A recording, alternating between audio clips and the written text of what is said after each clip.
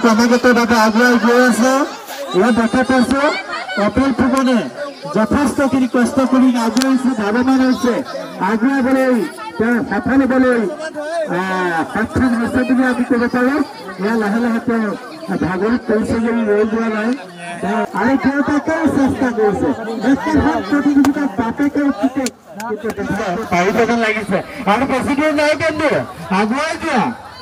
আৰু বেছি দূৰ নাই আগুৱাই যোৱা তোমাৰ ভাগ্যত হাত পাবাই এয়া পাবলৈ সক্ষম ভাবলৈ গৈ আছে ভাগৰি পৰিছে বন্ধু অসমৰ বাপতি সাহোন অসমীয়া জাতীয়ৰ গৌৰৱ ভোগালী বিহুৰ এই পবিত্ৰ ক্ষণত ইতিমধ্যে আপোনালোকে দেখা পাইছে এক আমাৰ সমাজৰ পৰা হেৰাব খোজা বহু খেল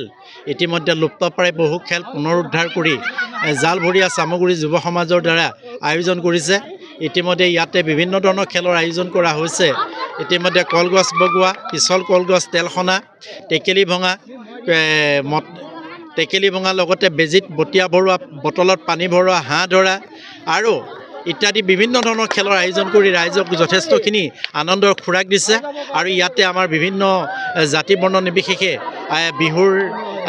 পবিত্ৰ ক্ষণত সকলো আহি উপবিষ্ট হৈছে